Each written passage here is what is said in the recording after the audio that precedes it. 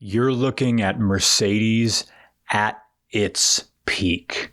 This is the pinnacle of everything Mercedes.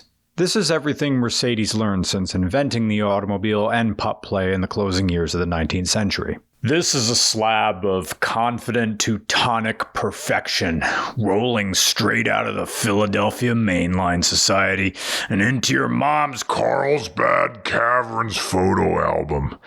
Ever wipe with a roll of Benjamins? Softer than you think. The W140 debuted at the Geneva Motor Show in March 1991 and later launched in North America on August 6th in 91. It was modern in a way cars never were before. Side curtain airbags, an early GPS navigation unit, available multi-layer sound absorbing glass, adaptable suspension, xenon headlights, and it could maintain 130 miles an hour indefinitely. Even today in 2026, 31 years after this W140 was new, it still drives like a modern car. Better even. You have to buy a $120,000 Lucid Air to match the luxury that Mercedes achieved in an era where most people didn't even have an email address. And Mercedes knew they were good. Who are you?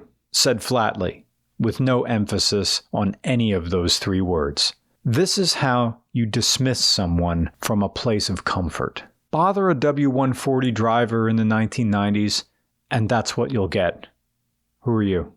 Someone who is comfortable in life. The ups and downs of the stock market don't matter, because they're invested in stocks that always pay dividends. Market is up, market is down, you make money.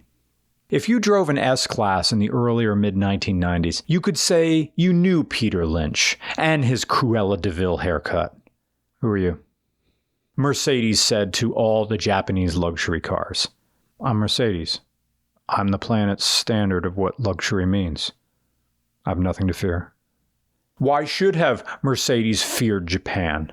The predecessor to the W140 was the venerable 126. One of the greatest cars ever made. The W126 existed from 1979 until 1991. You need an old money side character in a 1980s movie? Put them in a W126.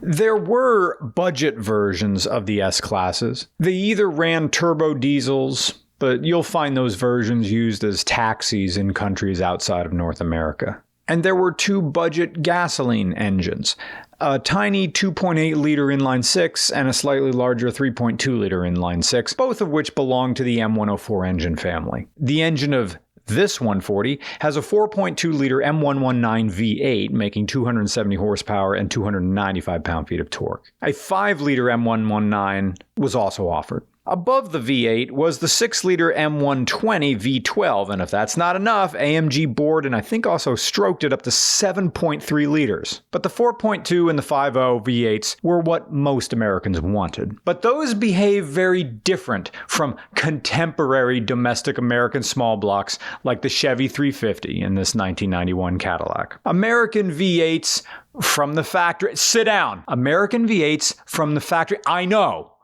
you can do cams. I know you can do valve springs. I know you can do headers. I know you can do different heads. Trick flow, right? Sit down. We're talking from the factory. An American V8 gives you stump pulling torque with 1/16 throttle. The engine will then bust off to its own imagination in the bathroom of a Texas roadhouse and then waddle back to their booth in stained church pants, the cuffs of which have come unhemmed. Cadillac man cascades into his chain restaurant booth like a controlled demolition, concealing his labored breath with pretend whistling and vocal rhythms.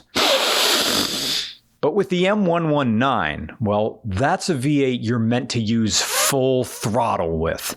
There's a torque curve, sure, but it's flatter than J.K. Simmons' hair in Spider-Man. When you just crack the throttle of this S-Class M119, the car is in chauffeur mode. The engine is gentle, calm, unheard, unnoticed. The outside world fades away. You anticipate the deal-making handshakes and evening extramaritals which surely will follow. but push the throttle wide open, and still the car maintains dignity. But the speedometer climbs and never slows down. You can outrun your pursuers and never spill your Perrier. Designed by Olivier Bourlet and the legendary Bruno Sacco, the W140 stuck to the less is more styling philosophy. All they did is they took the W126 lines and just hit them with the buffer wheel, smoothed them out. Why be radical? Their clientele doesn't want radical. They want conservative stability, and they aren't interested in change.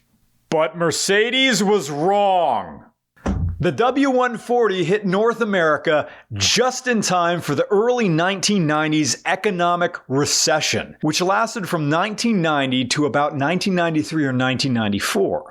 The wealthy would, of course, always buy the V12 S-classes, but remember the budget inline-six petrol engines? They were there to get new S-class drivers behind the wheel, and the mid-tier V8s like this were built to keep them there. But oh, the recession. Times were tough for the middle class. It was either polo lessons for little Winston or a new sedan, but not both. But hey, what's that? Oh, that's the new Lexus LS400. Oh, it looks just like the S-Class, but it costs nowhere near what the Mercedes does. Ooh, what's that? It's called an Acura Legend. Oh, isn't that the sharpest sedan I've ever seen? What, it's even less than the Lexus? Oh, it feels nice in here, too. Now this is a car for the 21st century. I'll see you later, dear. I'm off to have rough sex with a Janet Reno body double in a DC-10 lavatory during a crew change at LaGuardia.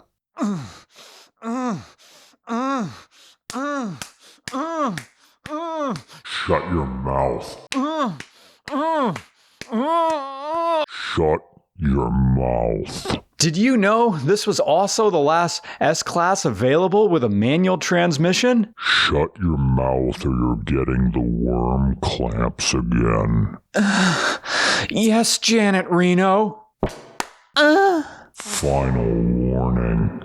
Mercedes was losing sales to Acura and Lexus. Here's what Mercedes didn't do. Mercedes didn't produce a marketing campaign reminding people this is the true luxury car. No, they didn't do that. They did not offer dealer incentives. They did not offer more attractive lease terms. And they didn't even offer warm puppy overnight demo tactics. Here's what Mercedes did do. They kept the W140 at the same price, but they built it cheaper. This example is the very first of the bean counter W140s. It's still an S-Class, but Ever go to a restaurant for years and then they switch suppliers and something changes? You're not sure what, but something's different. The banh mi tastes different. It's not as savory. It's a little drier. I mean, it's still good, but remember when Wawa went from Amoroso rolls or in-house baked goods to whatever they're using now? It's like that. Yeah, because all the mechanicals were definitely done before the bean counters got their hands on it. And then the interior feels like is where the bean counters started interfering. Yeah, it's just there's a crunchiness is starting to come in here. Yeah, it's not like, well, you've only been in the 124. So the 126 is a step up from that even. Mm-hmm. And then this is the first step down. This is like the first car on Mercedes' decline. The decline into the Daimler Chrysler era.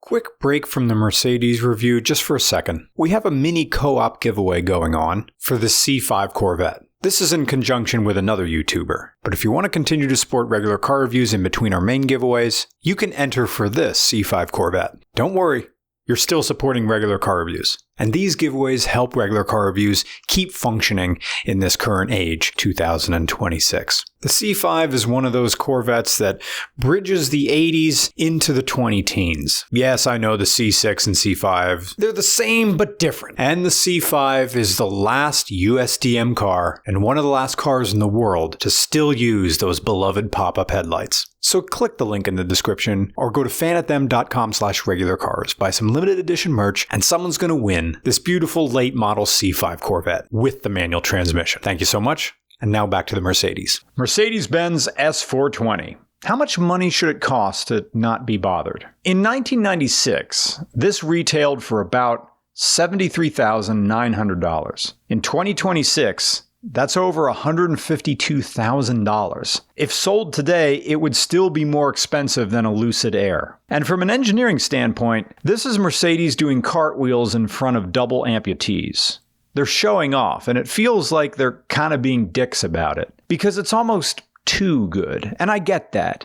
Technically, they aren't doing anything wrong here. They built a car that was the apex of everything they spent 80 years learning how to do, but unburdened by modern algorithms that demand automakers choose the dumbest trends in the world in the name of shareholder value. Of course it was going to be good, but if you didn't know it was a Mercedes, you'd think this was built by somebody with a trust fund and a chip on their shoulder. Every aspect feels designed as if it's trying to disprove an observation about them that cut deep. It's like somebody told Mercedes that they made too much noise and they were like, "Oh yeah? Well, how about I double glaze these windows so I don't have to hear any of your hot balderdash? Oh, I'm always knocking around? How about I start drinking 91 octane and learn how to swear in foreign languages? Blorgen duk ma puh. It means you smell like a goddamn foot. You talk about how stylish the BMW E32 7 Series is and how hot the XJ40 is? Well, I'm going to raid their wardrobe and wear their clothes better than they did, and you're going to beg me to let you tear them off. The S420 is like the Cybertruck, but only in one crucial way. It leaves you wondering, who hurt you? The S-Class is the automotive equivalent of a guy who gets dumped and makes his entire growth arc about revenge instead of self-confidence. Because this didn't lead to better Mercedes being made, it just to a needlessly long development cycle that resulted in a great car that didn't survive and only seemed to exist to catch up to BMW. But the catch is it took them so long to make that by the time it finally released, Mercedes had new competitors cutting into their market share.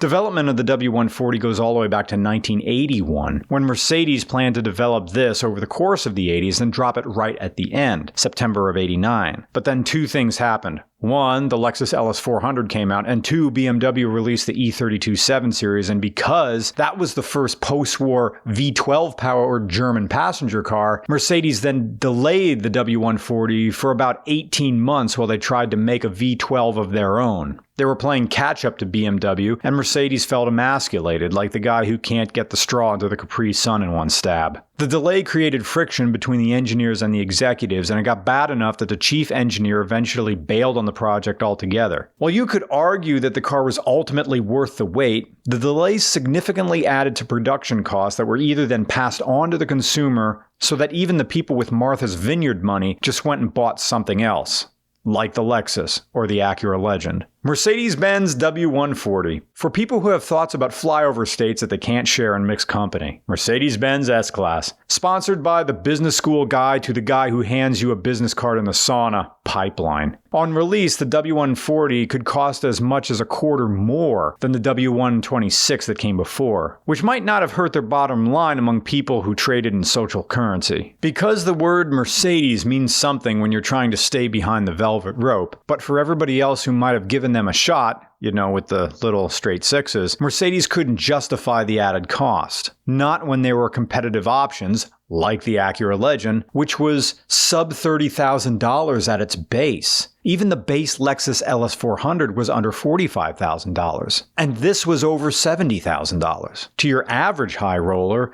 the Japanese cars cost less and offered the same kind of luxury experience Mercedes wanted you to believe that you could only get with them. But those days were coming to a close. And it's reflected in the perception that this was the last true S-Class, since some argue that it marked the death of the engineering focus that made the Mercedes the brand they were, before the analytics took over and poisoned the design well. Mercedes changed after this car, and the best analogy I can think is that they're like modern schools. Educators have gone from teaching children to understand information and think critically to just having kids memorize enough trivia to pass the state-issue standardized tests so the school can get a good score and receive more funding. It's not really the educator's fault as so much as the system itself. And in the same way, the shift to the auto industry isn't exactly the engineer's fault either. It's all directives being issued from on high by executives implementing cost reduction, bland cosmetic harmony, and mechanical simplicity, so that they can improve their margins and shut down all those people who called their cars over-engineered, not realizing that they meant it as a term of endearment. While this was an 80s car orphaned in the 90s, our current plague of everywhere tech and cars that minimize the driver's role means that this arguably has more merit now than it ever did. So should you buy a W140 in 2026? Well, it's better than most cars on the road today. Will it cost more to maintain? You bet your sweet Birkenstocks it will. Are there skilled shops that still work on these cars? Yes, I can think of one. Classic Workshop in New Jersey. Shout out to them. Is it fun to drive? Oh yeah, it is. It's like a nimble battleship. This does not drive like a boat. This drives like a destroyer. It's aggressive without being threatening. It's secure without being coddling. This is the last true S-Class. There we go. All right, trading. Totally. I still got bored. Give me a sec. I'm like, I couldn't find a 30 pack, so I was like, close enough. That worked. I was like, It's even funnier. hey, I had to try. Exactly. Yeah. All right, so I put on Facebook Marketplace, set of used Lexus GX headlights. I said, give me $50 or trade for beer. He was the first one to hit me up. He said, what kind of beer do you like? I said, hey, without a doubt, Yingling. Hey, I know people are picky, so I was like, okay, also PA, you guys got to know, put all beer in all your Wawas. That's something that I got to figure out more. It's a fair trade. Yeah, I think so. For the 6-pack. There we go. On top of this giant monstrosity.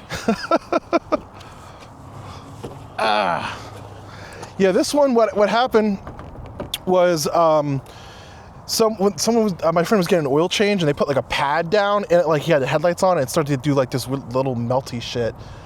I don't know. It still works and everything like that. I don't know. Like I buffed them real quick just to make them look good. For some reason, they look terrible in the photos. No, that's not too bad. I mean, compared to these ones I did myself, which yeah, another version of these, so not too bad. There you go. And I think there's probably companies out there that you could just buy the lenses from. Well, is that so? Well, I need a sponsorship at this point. Well, there we go. Fair trade, some beer for some headlights. Can't beat it. There we go. And it's funny, we're going right to drinking this because I'm going back to his place for a party. Jeez. Oh, we just gotta get like a photo. I'm all for it. Oh yeah. Yeah, here. Actually, funny enough, I just not got it. The LX is the bigger one, yeah. Yeah, but these are nice. They're a little bit more, there we go. a little bit more comfortable. Got it. Awesome. Can't beat it.